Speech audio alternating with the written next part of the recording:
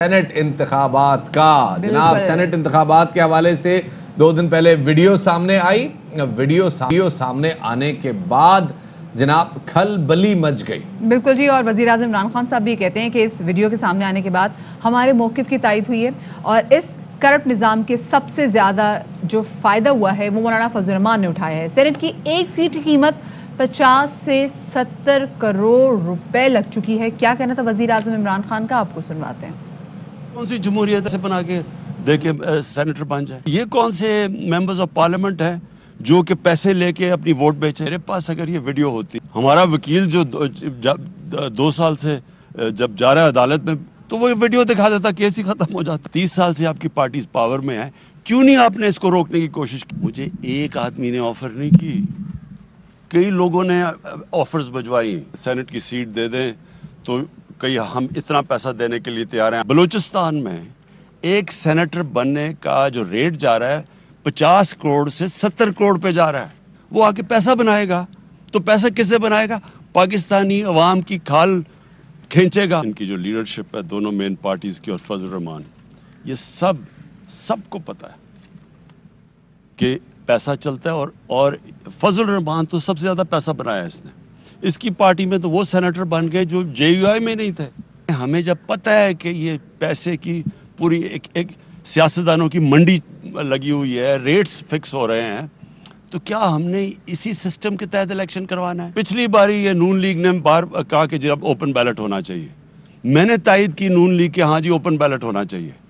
आज ये क्यों पीछे हट गए हैं? ये जो कहना कि हमारे मेंबर जा रहे हैं या नहीं जा रहे, ये याद रखें गवर्नमेंट के लिए ज्यादा आसान है।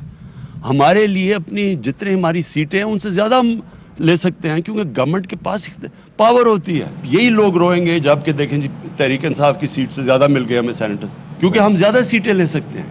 मदीहा परवेज इलाही साहब ने एक मशवरा दिया है सबको, नाम लिए बगैर, किसी को कुछ कहे बगैर। उन्होंने कहा जी असेंबली के अंदर अपोजिशन और हुकूमत का चोली दामन का साथ होता है, ये रिश्ता मोहब्बत के साथ चलाना चाहिए। बिल्कुल, और साथ में उनका भी कहना था कि सियासत में जितना झुक कर चलेंगे उतनी कामयाबी मिलेगी।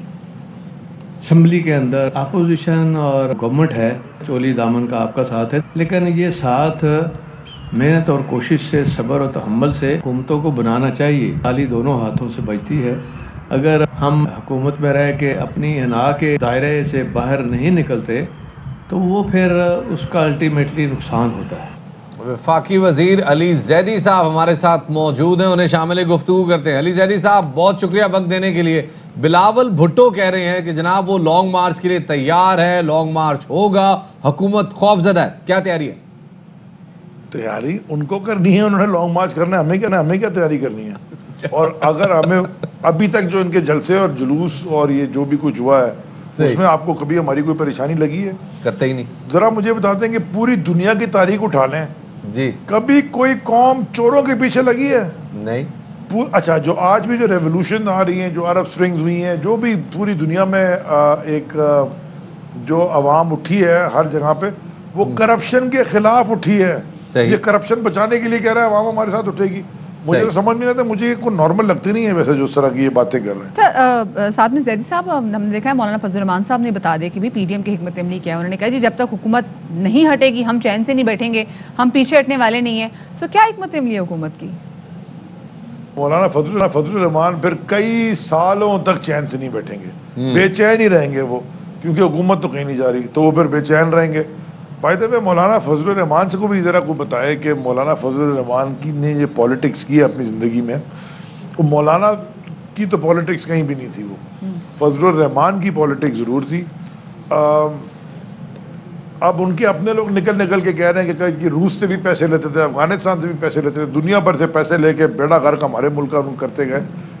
और वो भी आपको पता है विकी लीक्स जो हुई थी कि जी वो जूते चाट रहे थे अमेरिकन पता नहीं सफ़ीर के कि जी मुझे वज़ीर आज़म बना दो, कभी मुशर्रफ को जाके बोले मुझे वज़ीर आज़म बना दो, हर एक को बोले मुझे बस वज़ीर आज़म बना दो।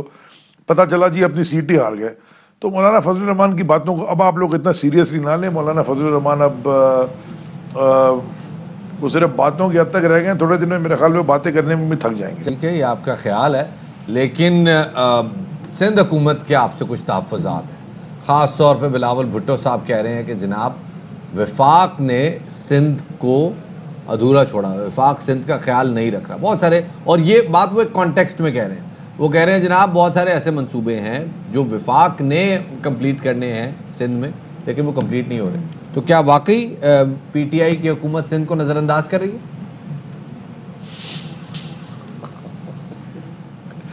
ये 13 साल से खुद हुकूमत में बैठे हैं वहाँ पे।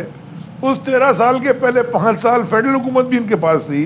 हाँ, 6 साल बाद इनको गंदम मिल जाती है 36,000 टन कहीं से छुपी हुई, जो फ्लोर में लेनी ना खराब हो गई।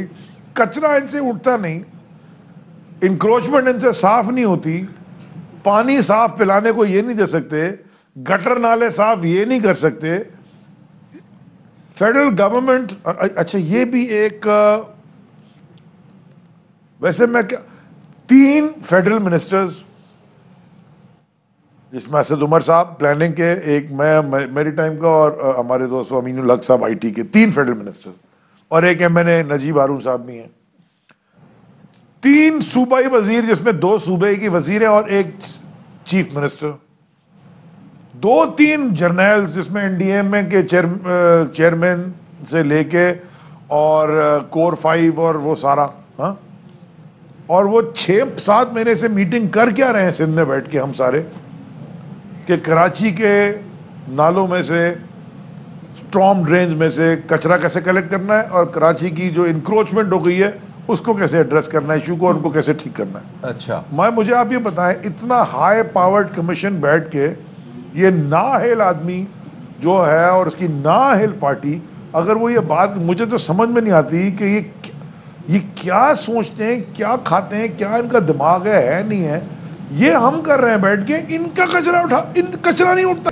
सही जी, बहुत बहुत शुक्रिया जी। अली जैदी साहब हमारे साथ मौजूद थे और बात कर रहे थे वो बिलावल भुट्टो साहब के बयान के हवाले से कि पीटीआई सिंध हुकूमत को सिंध को नज़रअंदाज कर रही है, तो ज़रा इस पर उन्होंने अपने ख्यालात का इज़हार किया।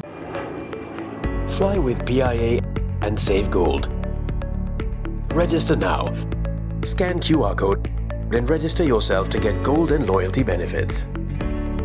Powered by ARY Sahulat Wallet.